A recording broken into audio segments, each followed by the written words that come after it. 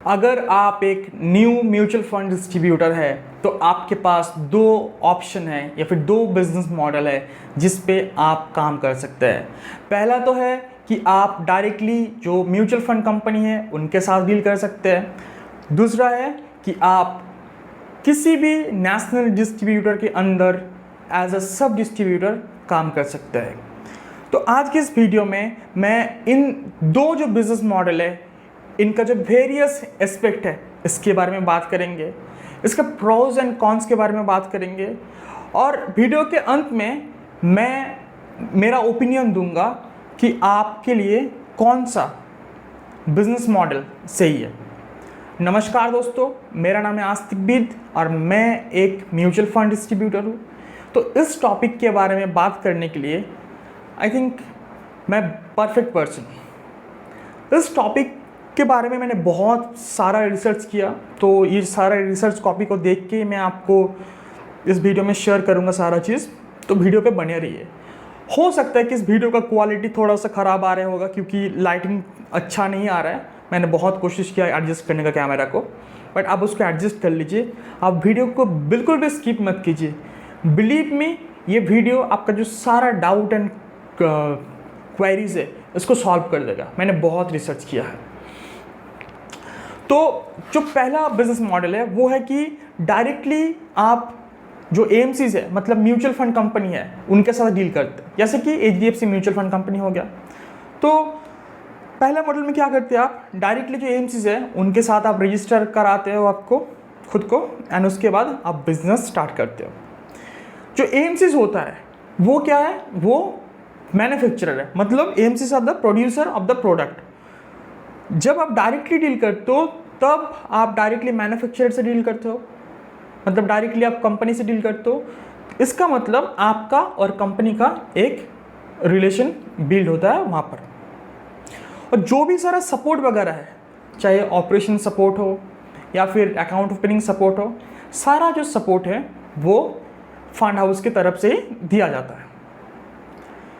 जो कमीशन होता है वो भी जो एएमसी है या फिर फंड हाउस है वही लोग प्रोवाइड करते हैं डायरेक्टली आपके अकाउंट पे। ये तो हो गया जो जब आप डायरेक्टली एएमसी से जुड़ते हो। अगर आप डायरेक्टली एएमसी से ना जुड़ के किसी भी नेशनल डिस्ट्रीब्यूटर के साथ एज ए सब डिस्ट्रीब्यूटर खुद को रजिस्टर कराते हो, नेशनल डिस्ट्रीब्यूटर जैसे एनजे वेल्थ हो गया, प्रूडेंट, निवेश, asset plus and IIFL, Edelweiss, ऐसे बहुत सारे नेशनल डिस्ट्रीब्यूटर हैं। जब आप उनके साथ जुड़ते हैं तब क्या होता है, तब आप उनके गाइडेंस के अंदर रह के आपका सारा जो प्रोडक्ट है आप उनको सेल कर सकते हो।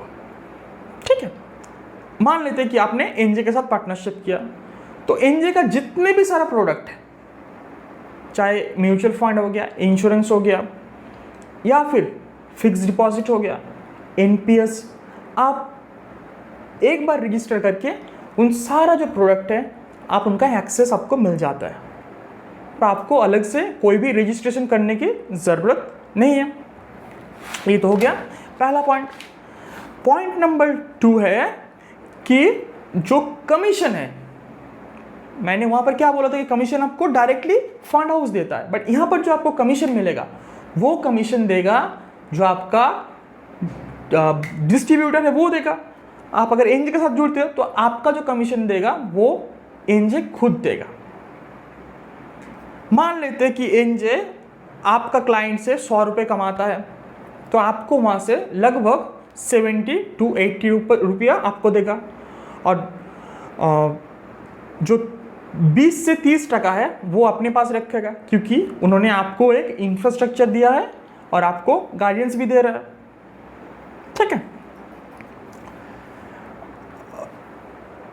और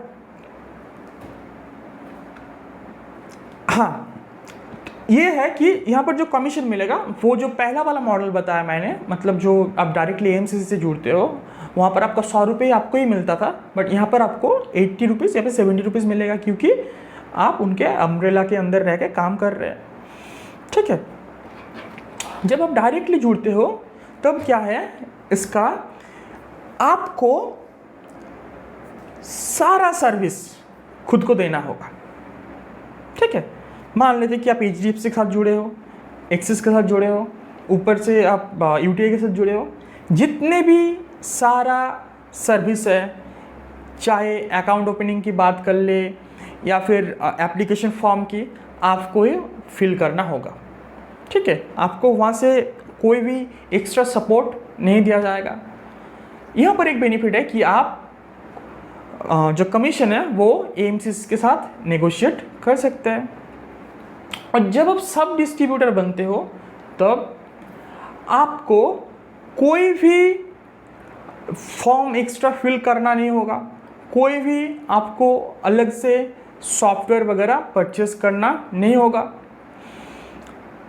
और क्योंकि ये एक ट्राइड एंड टेस्टेड प्लेटफॉर्म है, तो जो आपका कस्टमर ऑनबोर्डिंग जर्नी होगा वो बहुत ही स्मूथ होगा। ठीक है, और मान लेते हैं कि आप डायरेक्टली जुड़े हुए हैं, आप चाहते हैं कि अपना जो कस्टमर है उनको अलग से सर्विस देना, जैसे कि एक्सटर्नल पोर्टफोलियो ट्रैकर हो गया, और जो मैंडेट वगैरह रजिस्ट्रेशन का जो अलग से सॉफ्टवेयर होता है, आप उनको वो सर्विस देना चाहते हैं, तो उसके लिए आपको अलग सा सॉफ्टवेयर परचेस करना होगा। बट आप जब सब डिस्ट्रीब्यूटर बनते हैं तब ऐसा कुछ भी सॉफ्टवेयर वगैरह परचेस नहीं करना होगा, क्योंकि वो उनको इंटीग्रेट करके देते ही है पहले। ठीक है, अब कुछ प्रोज देख लेते हैं, क्या क्या बेनिफिट है अगर आप डायरेक्टली जुड़ते हो। तो जब आप डायरेक्टली जुड़ते हैं, आपका जो क्लाइंट है वो क्लाइंट आपका ही है, मतलब जो क्लाइंट ओनरशिप है वो आपके पास ही रहेगा।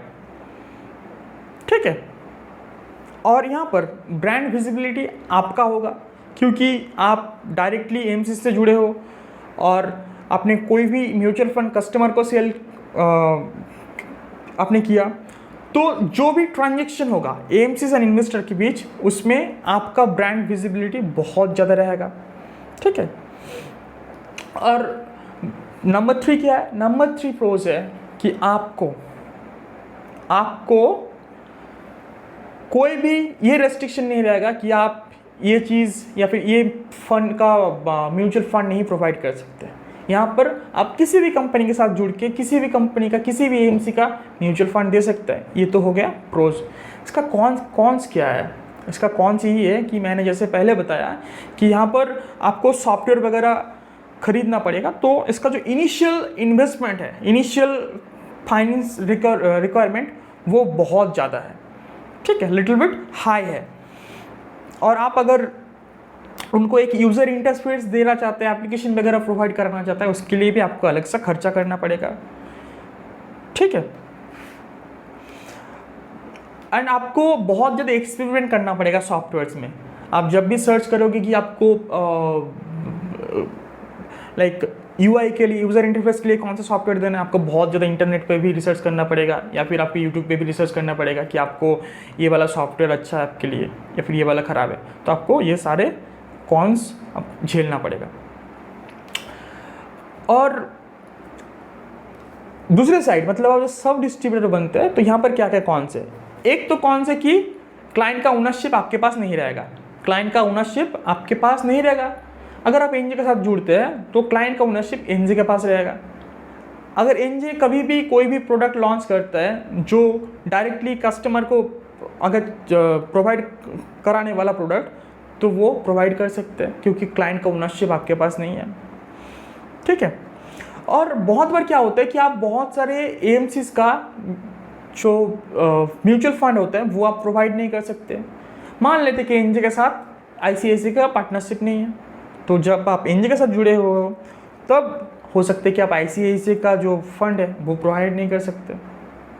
ठीक है, ये एग्जाम्पल था। ठीक है, ऐसा नहीं है कि उनके साथ ICICI का पार्टनरशिप नहीं है। ओके, सब डिस्ट्रीब्यूटर का प्रोज क्या है? सब डिस्ट्रीब्यूटर बनने का प्रोज है कि आपको एक रेडीमेड, ट्राइड, टेस्टेड इंफ्रास्ट्रक्चर मिल जाता है। आपको कुछ भी एक्सपेरिमेंट करना नहीं होगा, आपको कुछ भी ज़्यादा सोचना नहीं पड़ेगा। आप एक ट्राइड एंड टेस्टेड फॉर्मूला के साथ काम करेंगे। और इनिशियल स्टेज में जब आप बिजनेस शुरू करते हैं तब आपके मन में बहुत ज़्यादा क्वेरीज आता है, ठीक है।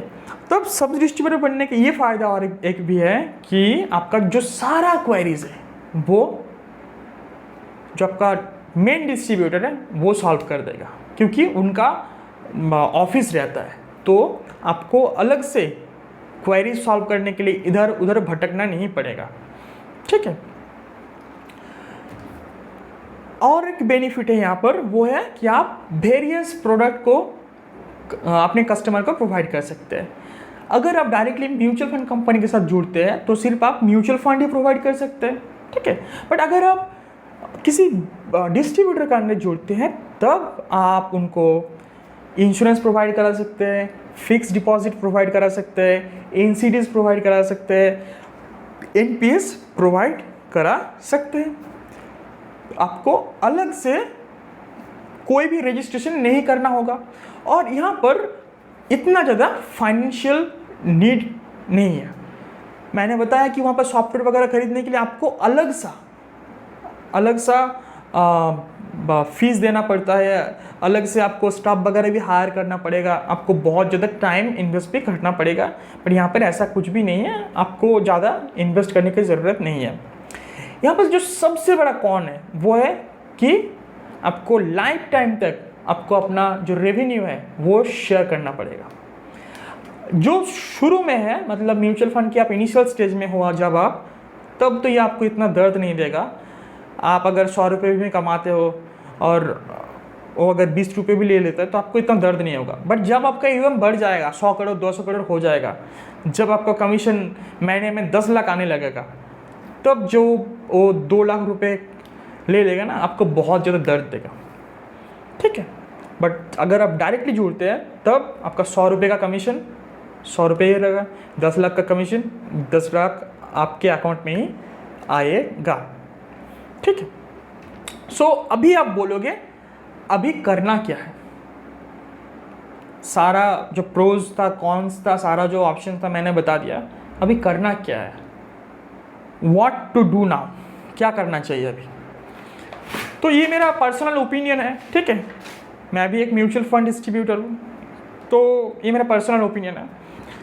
अगर आप इस बिज़नेस में इस वजह से आ रहे हैं कि आपको लॉन्ग टर्म के लिए बिज़नेस करना है, 10 साल 20 साल 25-30 साल के लिए करना है, तब आप शुरू में ही डायरेक्टली एएमसी के साथ पार्टनरशिप कर लीजिए, ठीक है। इनिशियल स्टेज में आपको सॉफ्टवेयर वगैरह खरीदने के लिए पैसा तो खर्च होगा, बट जब आपका यूएम बढ़ जाएगा, जब आपका कमीशन 10 लाख 20 लाख हो जाएगा महीने का, तब आपको कोई भी रेवेन्यू शेयरिंग नहीं करना पड़ेगा, वो उतना ज़्यादा दर्द नहीं देगा, ठीक है। और अगर आप सिर्फ यहाँ पर एक्सपेरिमेंट के वजह से आए हो, आपके पास और एक बिजनेस है, आप उसको भी कर रहे हैं और साथ में इसको ट्राई करना चाहते हैं, टेस्ट करना चाहते हैं कि कैसे काम करता है या फिर ये काम करेगा भी नहीं, अगर आप इस वजह से आ रहे हो, तब मैं बताऊंगा कि आप डायरेक्टली एएमसी के साथ पार्टनरशिप मत कीजिए। आप किसी भी नेशनल डिस्ट्रीब्यूटर के साथ जुड़ जाइए, उसके बाद आप काम चालू कीजिए। वहाँ पर इतना ज़्यादा कॉस्ट भी नहीं है, आपको गाइडेंस भी दिया जाएगा और सब कुछ आपको हैंड होल्डिंग सपोर्ट दिया जाएगा। और अगर आप पूछे कि मैं क्या प्रेफर करता हूँ, मैं अभी एज एन सब डिस्ट्रीब्यूटर काम कर रहा हूँ, मतलब किसी जो नेशनल डिस्ट्रीब्यूटर है उनके साथ जुड़ के काम कर रहा हूँ। मैं एनजी के साथ भी जुड़ा हुआ हूँ, एसेट प्लस के साथ भी जुड़ा हुआ हूँ, ठीक। इसके बाद जो नेक्स्ट वीडियो आएगा तब मैं बताऊंगा कि सबसे अच्छा कंपनी कौन कौन से है जिसके साथ आप एज एन सब डिस्ट्रीब्यूटर काम कर सकते हैं। जहाँ पर मैं बहुत सारे कंपनियों का रिसर्च करूँगा, एनजे वेल्थ हो गया, प्रूडेंट हो गया, एसेट प्लस, निवेश, जी फंड्स, रिसर्च करके बताऊँगा कि आपके लिए कौन सा कंपनी बेनिफिट होगा जिसके साथ आप एज एन सब डिस्ट्रीब्यूटर काम कर सकते हैं। तो आज का डिसीजन आपके ऊपर है, आपको करना क्या है। मैं खुद एज ए सब डिस्ट्रीब्यूटर काम कर रहा हूँ। आज के लिए इतना ही, मिलते हैं नए किसी वीडियो में नए टॉपिक में। धन्यवाद।